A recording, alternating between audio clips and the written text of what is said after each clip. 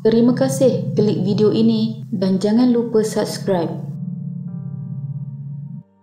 Pada 26 Oktober 2017, lebih kurang pukul 3.30 petang, seorang penduduk kampung yang sedang melalui Jambatan Teriang di Jalan Temerloh Bahau telah melihat sesuatu yang terapung di dalam sungai. Dia memberhentikan kenderaannya untuk melihat dengan lebih jelas. Pada mulanya, dia menyangkakan ianya hanyalah kayu yang terapung sebelum menyedari ianya adalah satu mayat manusia. Beberapa orang kampung yang lain mula mengerumuni di atas jambatan itu apabila mendengar bahawa ada mayat yang sedang terapung di bawah arus. Sesetengah dari mereka juga sempat mengambil gambar dan video. Kemudian salah seorang dari mereka mula menelefon talian kecemasan bagi melaporkan penemuan yang menggemparkan penduduk kampung terdekat. Jadi apa sebenarnya yang berlaku? Mayat siapakah itu?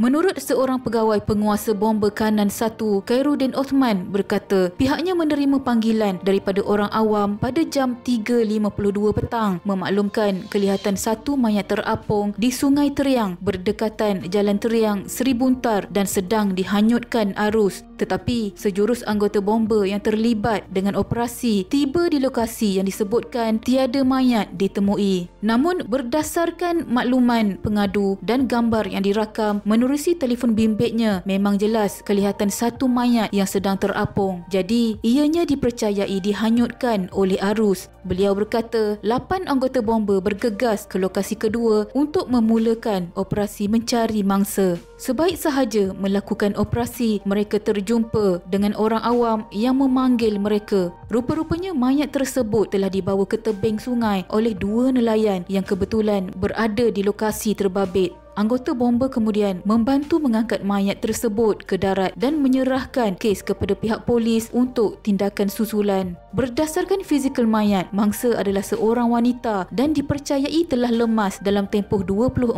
jam. Tiada pengenalan diri ditemui bersama mangsa yang lengkap berpakaian. Pihak polis tiba sejurus menerima laporan dan selesai melakukan siasatan di tempat kejadian. Mayat mangsa dihantar ke Hospital Sultan Haji Ahmad Shah untuk dibedah siasat.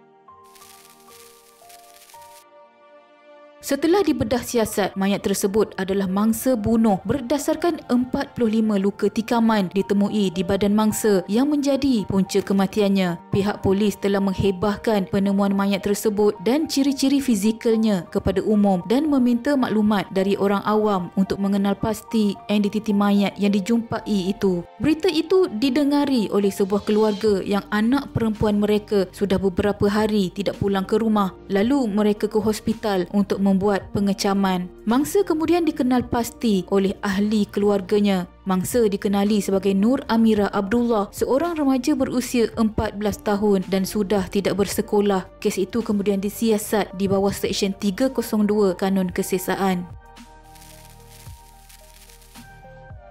Susulan mangsa telah dikenal pasti, pihak polis giat menjalankan siasatan bagi mencari penjenayah yang telah melakukan perbuatan kejam itu. Ketua Jabatan Siasatan Jenayah Pahang SAC Osman Nayan berkata polis menahan 9 suspek termasuk 2 wanita sepanjang siasatan dijalankan selama 62 hari. Katanya mereka memulakan siasatan berikutan pembunuhan kejam remaja perempuan itu. Suspek kesemuanya warga tempatan, terdiri daripada 2 wanita dan 7 suspek lelaki. Daripada siri tangkapan pada 18 Disember 2017, pihak polis mendapati 2 remaja berusia 15 dan 18 tahun terlibat secara langsung dengan pembunuhan itu. Malah polis turut merampas telefon bimbit yang dipercayai adalah milik mangsa. Hasil soal siasat bersama 2 suspek tersebut, mereka telah membunuh mangsa di ladang kelapa sawit berhampiran Sungai Teriang, Bera pada 25 Oktober 2017 dan telah mencampak mayat mangsa ke dalam sungai untuk tujuan melupuskan mayat tersebut. Namun malangnya, motif pembunuhan tidak didedahkan. Othman berkata, kertas siasatan berhubung kes itu telah diserahkan kepada Timbalan Pendakwa Raya Negeri untuk tindakan lanjut.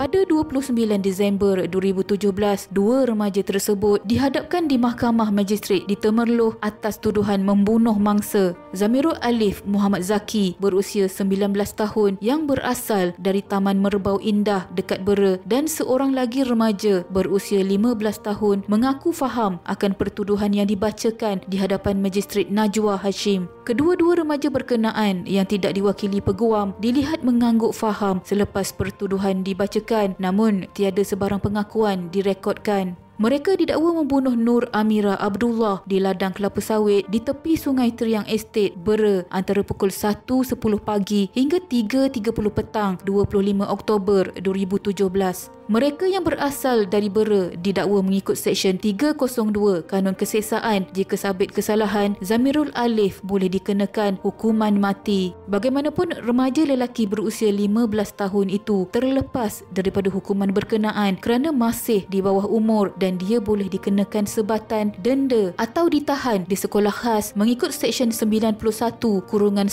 Akta Kanak-Kanak 2001. Tertuduh yang merupakan pelajar sekolah dan penuntut sebuah kolej tidak diwakili peguam pada prosiding itu. Sebaik pertuduhan dibacakan, Timbalan Pendakwa Raya Siti Hajar Mustafa tidak menawarkan sebarang jaminan ke atas kedua-dua tertuduh. Amat menakutkan jika jenayah kejam sebegini sanggup dilakukan oleh remaja yang baru menginjak ke alam dewasa. Apatah lagi mangsanya juga adalah seorang remaja. Semoga hukuman yang diterima mereka mampu menginsafkan mereka dan mula mengerti, malah menghargai akan nilai satu nyawa. Sama-sama kita hadiahkan Al-Fatihah kepada mangsa. Semoga rohnya dicucuri rahmat Allah dan dimasukkan ke dalam golongan hamba-Nya yang beriman. Sekian.